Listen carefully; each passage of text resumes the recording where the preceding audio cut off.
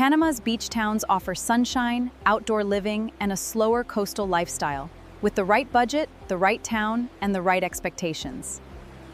This Panama Cost of Living series shows you where your money goes, from the city to the beaches to the mountains and the practical towns in between. Welcome to this explainer. Today, we're jumping right into unpacking the true on-the-ground cost of living in Panama's beautiful coastal towns for the year 2026. We are digging into the latest data to find out what it really costs to live by the water. And spoiler alert, it's probably not quite what you think. Okay, let's just address the romanticized myth right out of the gate. Everyone assumes moving to the beach in Panama is universally dirt cheap. You know the dream, right? A hammock, a coconut, living on a handful of spare change. But is that actually the reality? Well, yes and no. It all comes down to a massive divide in coastal living. On one side, you've got the local lifestyle. That means renting a simple home, buying fresh catch right off the boats, and keeping your costs impressively low. On the other side, resort-style living. If you demand a premium condo, imported groceries, and blasting the air conditioning, you're practically spending Panama City money, or honestly, even more. Your choice literally dictates the whole shebang.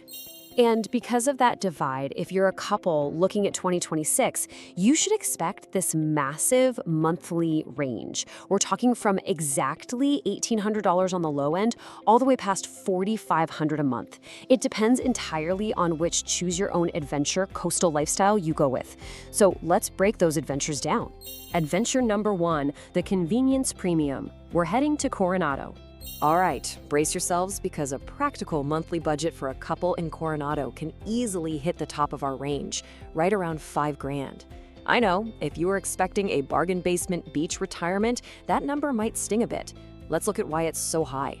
Coronado is just not where you go to pinch pennies. With rent pushing up to $2,500 for a furnished house and imported groceries taking another $900, you're paying a really steep premium for familiarity.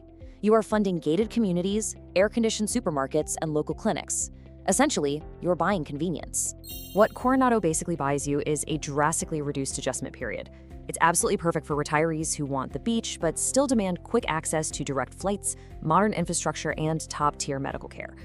It's an expensive but highly calculated trade-off. Moving on to Adventure 2, Lifestyle and Surf Towns. Destination, Pedasí and Playa Venao. Okay, to really understand these towns, we have to talk about the lifestyle premium. You aren't just paying for a roof over your head, you are paying elevated prices for the atmosphere itself. Playa Venao is ground zero for this. Its booming digital nomad and surf scene has driven costs sky high compared to the traditional towns nearby.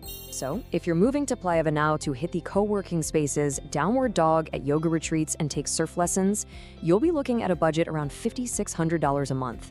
As it turns out, daily matcha lattes and premium beach villas add up incredibly fast. The contrast is staggering, especially for towns that are practically next door to each other. In Pedasí, you get a traditional, quiet town feel for around $2,900 a month. But drive just down the road to Venal's bustling resort nomad atmosphere, boom, your budget nearly doubles to $5,600. But you know, this specific slice of paradise comes with a major catch: isolation. In these lifestyle hubs, a car isn't a luxury, it's an absolute lifeline. Once you factor in fuel, insurance, maintenance, and those inevitable overnight trips to Panama City for flights or errands, you're tacking on hundreds of dollars a month just to stay connected to the outside world. Which brings us to Adventure 3, Remote Island and Coastal Logistics. Welcome to Santa Catalina and Bocas del Toro. Now, this is where the budgets take a genuinely wild turn. A modest local-style home in Santa Catalina might only run you around $1,900 a month, but a couple living in Bocas del Toro, they can easily hit $4,100. Why such a massive gap? It all boils down to the extreme logistics of island living. Because, look, Bocas is undeniably stunning, but daily life literally runs on boats.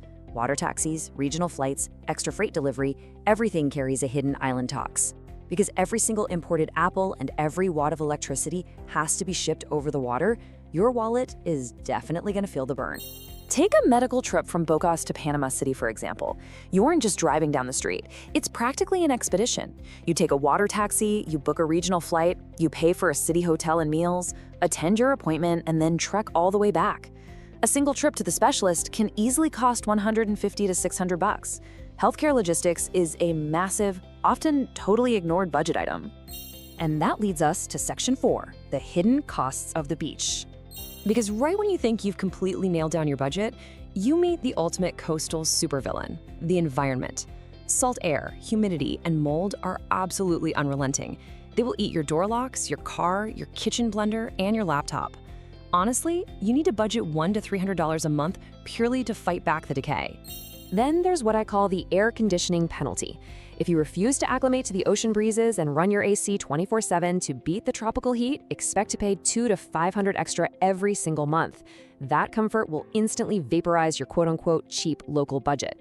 Pro tip for sure, always ask to see past electric bills. Finally, there's your defense squad. Property managers, gardeners, pool guys, and cleaners. If you're a part-time resident or you buy a larger property, these aren't just luxuries, they are absolutely mandatory defenses to literally stop the jungle and the salt from reclaiming your property the second you look away. Which brings us to our golden rule. The full monthly budget matters far more than the listing price.